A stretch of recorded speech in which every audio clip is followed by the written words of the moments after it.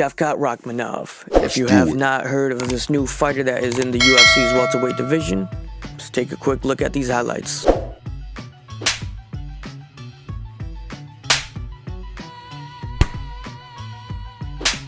As I said, his name is Shavkat Rakhmonov. He is a 27-year-old fighter out of Kazakhstan. And while majority of the casual MMA fan base is pretty much on the Hamzat hype train, as they should be. Everybody, I come here for everybody, kill everybody. I'm the champ, I'm the king, kill everybody. Ah! Boy, that escalated quickly. Shavkat has gotten the attention of the more hardcore MMA fans and stands like myself. And if you may not be familiar as to why or who he is, let me break it down for you. So the Shavster was born on October 23rd. He probably hates if I ever called him that in person. He was born on October 23rd, 1994 in the Sochi district of Uzbekistan before moving to the neighboring Kazakhstan and receiving its citizenship there in 2017. Although it was in 2014 where Shavkat made his professional MMA debut, where he finished his opponent Adam Surov in the first round with a triangle choke, and that was pretty much the birth of the beast, named Shavkat Rakhmonov. Through 12 straight fights, including the first one I just mentioned, he fought between the promotions of M1 and his local Kazakhstan fight organization, KZMMAF, where he went undefeated that whole time and even finished every single opponent in that span, with only one of those fights making it into the third round before Shavkat ended it and won the KZMMAF welterweight title back in 2018. He defended that title once in that same year, and then he won the vacated M1 welterweight title, which he also defended once before leaving the company. Then in the year of 2020 was when he officially signed with the UFC, making history by being the first Kazakh fighter to sign with the company. As we all know how hard of a year 2020 was for the world in general, it was no different for the beginning of Shavkat's UFC career, as he was scheduled to fight Bartosz Fabinski on the UFC Fight Night Woodley vs. Edwards card in March of that year, but due to the pandemic, the fight and the whole event itself was canceled. A few months later, he was then matched up to face former fellow M1 fighter Ramazan Nameev in July, but it was reported that Shavkat had to pull out due to an injury, and they replaced him with Nicholas Stoltz. Then in October of 2020, he was scheduled to take on capoeira expert Eliseo dos Santos, although Dos Santos had to pull out with an injury not long after the fight was scheduled.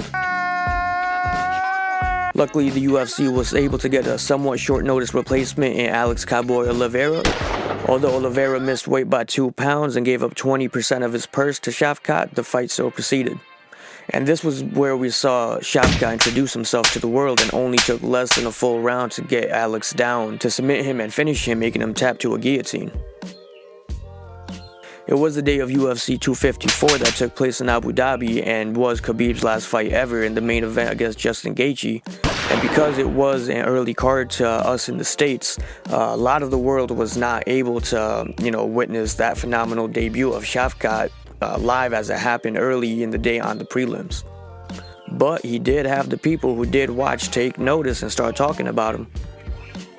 In the following year of 2021, he was scheduled to fight the Brazilian 13 UFC fight veteran Michel Prazeres in his first ever fight in the US on the Fight Night card of Cyril Gane versus Alexander Volkov. And there really isn't much to discuss about this fight because Shavkat pretty much did whatever he wanted and just cruised his way to a second round submission victory via rear naked choke this time. Before the finish though, Prazeres only landed 6 strikes in a whole round and a half before getting put away. 8 months later, on the Strickland vs. Hermansson card in February of this year in 2022, he got scheduled to face a relatively newcomer like himself in Carlston Harris, who had finished both of his UFC fights coming into this fight with Shavkat. In this fight, we saw Carlston keep it competitive enough where he was only outstruck by a few strikes, but he was eventually taken down.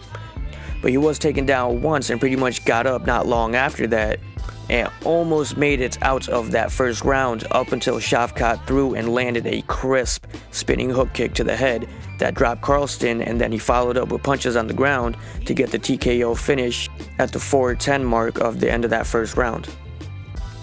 And Shavkat was also rewarded with a Performance of the Night bonus for that finish. Hello, I like money. Up to this point, Shavkat is an undefeated 15-0 with all finishes. 8 by KO, TKO, and 7 by submission. In his 3 UFC fights, he has an average fight time of just 5 minutes and 20 seconds. He lands just under 3 significant strikes per minute with an accuracy of 53%. He absorbs just over 1.5 significant strikes per minute with a defense of 57%. And in the grappling department, he averages just under 2 takedowns per fight with a takedown accuracy of 33%. And he also has a perfect takedown defense with 100% while attempting just under 2 submissions a fight. Now set for his 4th fight in the company on UFC on ESPN, Saryukian vs. Gamrot this weekend on June 25th. Shavkat is now matched up with, without a doubt, his highest level of competition yet, and UFC veteran Neil Magny, who has 26 UFC fights under his belt with an overall record of 26-8. He has as many UFC fights as he has wins.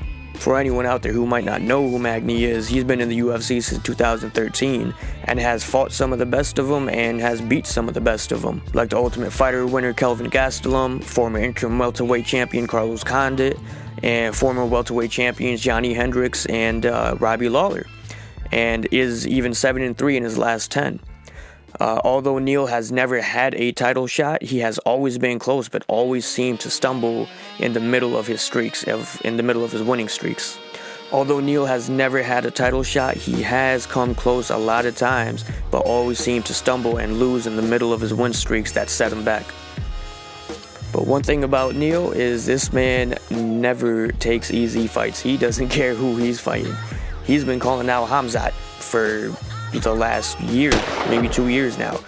So instead he's taking on the second next best up-and-coming welterweight that everyone's talking about. But regardless, will Magny use a veteran gamesmanship to solve the Shavkat puzzle and put an end to the rise, or will Magny just be used as a stepping stone for the ascension? Only way to find out, though, is to tune in this weekend just to see what goes down.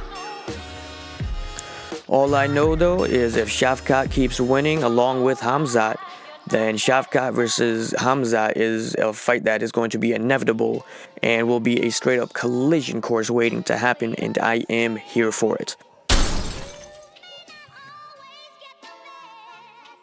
On the show.